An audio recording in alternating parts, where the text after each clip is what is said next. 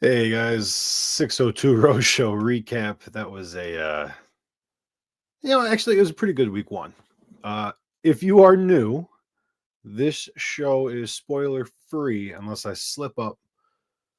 Usually depends on how brutal the episode was, which determines how much bourbon I've had, which determines how much I talk about what we already know. But generally speaking, this episode is spoiler free. The recaps are spoiler free. Uh, if you're West Coast and for some reason watching my show instead of The Bachelor, turn this off.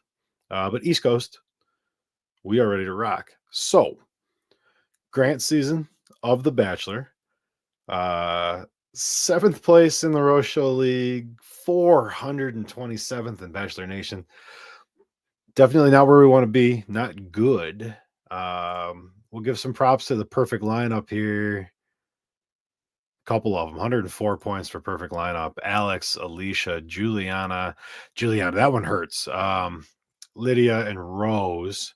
I rolled out this lineup: Alex, Allie, Joe, Parisa, Rose, and Zoe.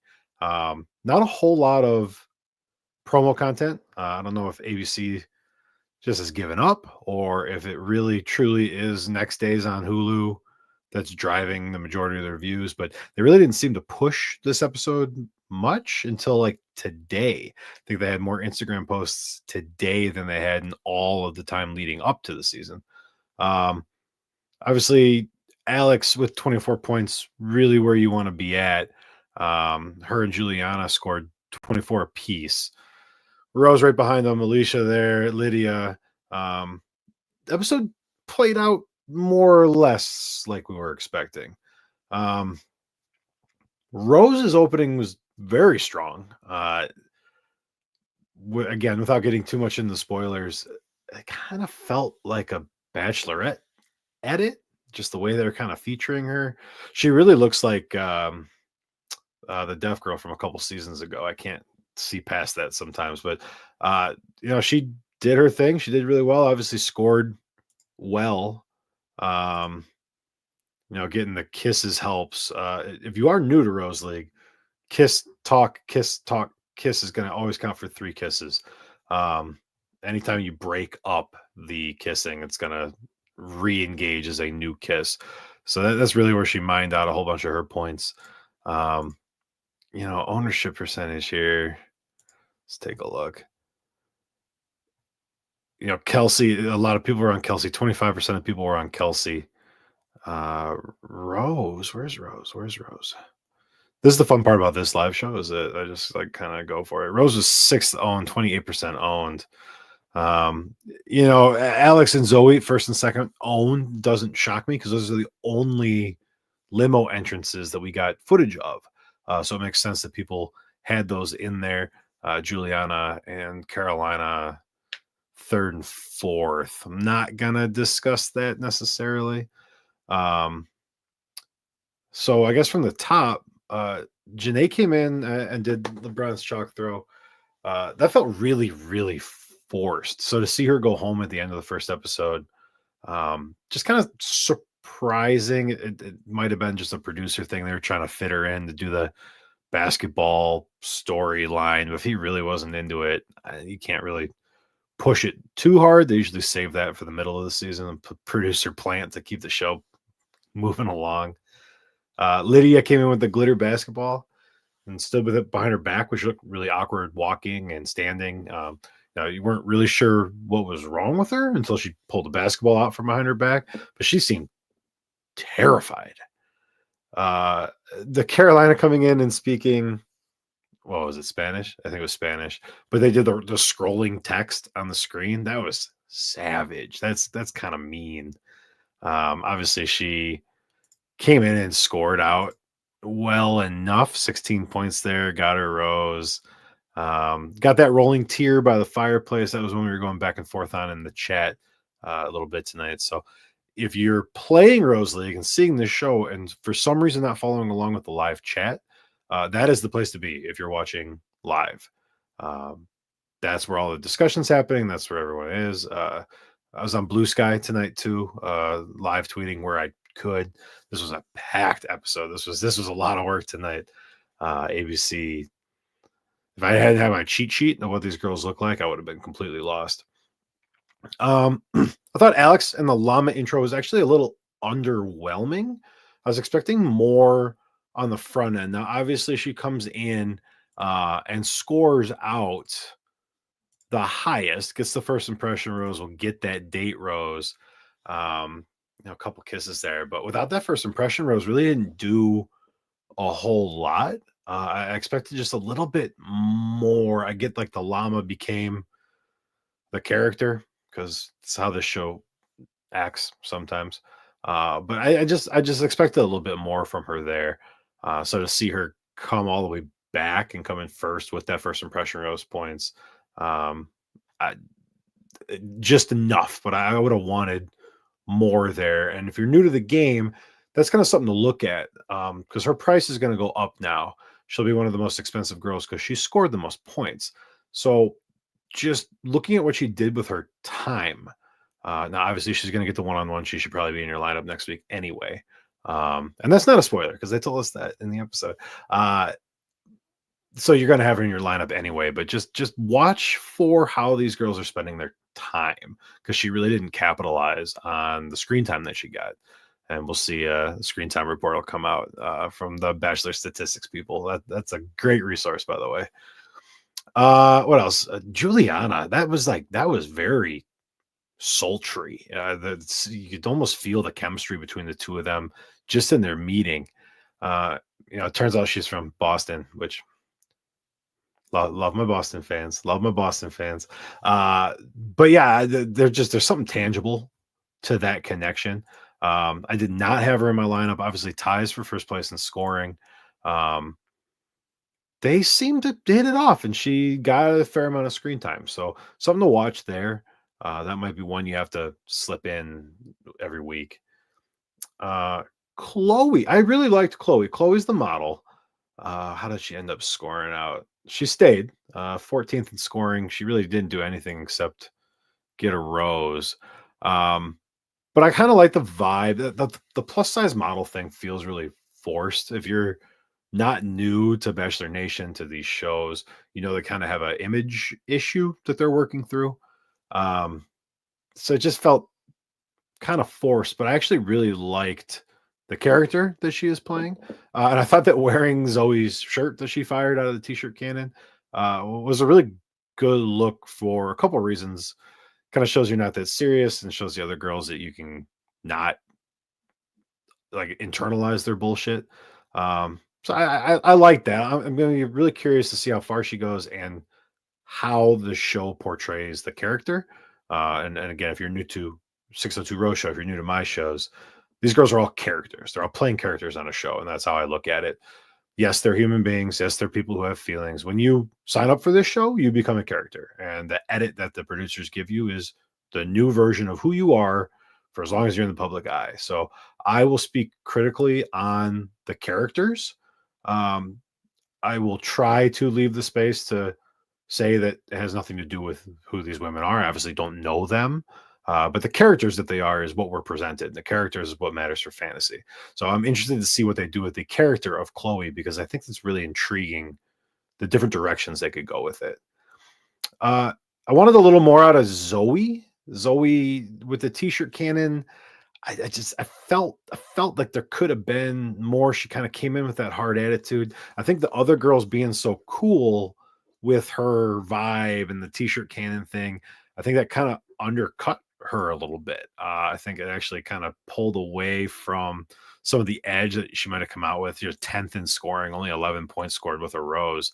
So would have liked more there, not just because she was in my lineup, but just the way they're presenting the season. She's one of the main characters, right? We only got the 2 promo sets. So I would have liked to see a little bit more out of Zoe. So maybe coming later in the season, but obviously didn't help us tonight. Bailey, I don't understand the Bailey thing. I'm shocked she got a rose. The social media thing's kind of played out at this point. The influencer, brand manager, Bailey, if you don't work for Club 602, we need a brand manager. However, our guys into that. Like, let me show up and you can take pictures of me with my phone. It didn't vibe with me. We'll see how much further she goes. I don't think there's much there. Parisa nailed it. I apologized in my lineup show. I said she had crazy eyes and I wanted a part of that. Uh, yeah, she did the PowerPoint. She like had the intro package talking about her rock collection and then launches into a PowerPoint where she has AI footage of their future family. That's insane. That is insane, and I'm here for it. This is why we watch this show, right? People like Parisa, it's insane. Um, and then you get like kind of the negging, and she doesn't think she's gonna get a rose, and then she gets the rose, right? The final rose. I'm interested to see where that goes because I'm sure there's a real person underneath that, but wow, what a way to come in. What a strange character. But she played into the crazy cat lady, played into the rocks, did a PowerPoint, like insane, insane. As long as she's around, I'm gonna keep an eye on her for fantasy because I feel like she can implode at any minute. What else? Alicia came in huge. I didn't see any promo material with her at all. We see her get catty, I think, a couple episodes in. I think it was in the season preview that they gave us before. Um, but man, she came in and she was kind of just firing on all cylinders and had a lot of screen time. I'm going to be really curious to see points versus minutes on screen for her because she's probably up near the top in points per minute. That's an interesting one to look at for her. She's kind of got that commanding presence that this show tends to look for as they're working to see who's going to be the Bachelorette. So that's an interesting one there. Um, the only other note that I really had here was the overall cattiness. The overall cattiness when the sister came in. And I'm sure it was there all night. The edit that they gave us, right? And that's the thing to keep coming back to, the thing to keep remembering is that it's edited, right? You have 12 hours of footage for episode 1 on how many cameras, and they choose what they give us, right? So we were getting like the sisterhood. Now the girls are talking about like how well everyone fit and how good the vibe was, and then Grant's sister walks in. It's like, oh, who's this bitch? And the one girl's like, she walks into the room leading with her vagina. It's like, I've never even heard that phrase before. Um, so just interesting, maybe foreshadowing, but they gave us that edit for a reason, right? It's drama, right? And drama is why people watch, but they're giving you that edit for a reason. And then if you watch the season preview and the preview they gave us at the end of the episode, the blow up is coming and the fights are coming, and the cattiness is coming, and the infighting is coming. So that kind of preview with the sister, like, oh, who's this new person coming in? Like, I think that is previewing where we can expect the first half of the season to go. Um, hearing that we might be down in episodes, so your villain's going to have to become apparent earlier than they normally would. So, group date next week might be where that villain appears, and I think that was really kind of foreshadowing to give us something to chew on, right? Because if everything's all hunky dory, people don't really care. So, just going back to a Rose show, not here to make friends. Great job, 89 points, first for Rose show. Get in the league. Obviously, you're 90 points behind now, but if you win Rose Show League, I will pay your buy-in for Bachelorette season. Lots of conversation going on in there. Lots of sharks. We've been playing fantasy for a long, long time. So if you're looking for some side action, that's probably the place to go find it. But great job. You see the top 5 up on the screen there. And then, so some OGs down at the bottom falling a little bit behind, but we will catch up. I guarantee it. So great job to everybody. And then obviously great job to our Bachelor Nation leaders as well. 3 teams at 104. Just great work. If you're seeing this and are not playing, the Rose League app, the link should be in the description of this video. The best way to play Fantasy Bachelor. There's other kinds of games. There's other stuff going on. Bachelor Bingo is always fun, but if you want to play real serious Fantasy Bachelor, this is the only place to do it. live scored all through the episode. You can actually have an impact. I don't catch everything, but if you feel a rule didn't get executed quite right, you throw it in the chat. We'll have a discussion about it. So the only app where you can impact the scoring, the only app that's live scored. It's pretty. It's easy to use on your phone. It's great for watch parties. So theroseleague.com, best fantasy bachelor app. Here on this channel, Club 602, we do a little bit of everything, honestly. 602 Rose Show, which is probably what would be most interesting to people watching this, is usually going to air Sunday evening, Monday morning, depending on how many promos and stuff have come out. But that's a weekly show where I will help you pick and break down just kind of a pick strategy.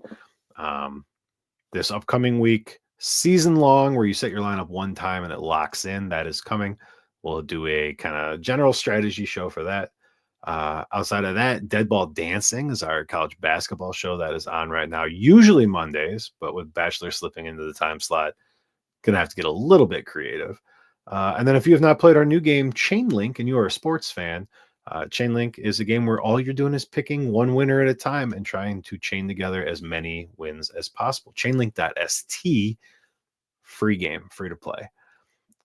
That's it, man. This is a Rose Show recap, kind of quick and dirty, no spoilers. But catch us all over the place. I'm at King of Lakemore pretty much everywhere you can find me, but Blue Sky is kind of where I'm at these days. Club 602, Instagram, YouTube. Come and find us. If you're in the Phoenix Valley, we're doing events all the time.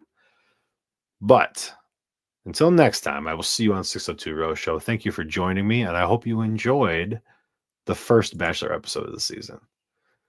Thanks, guys. Set your lineups. Set your lineups early so you don't forget. You can always go back and change them. Have a good one.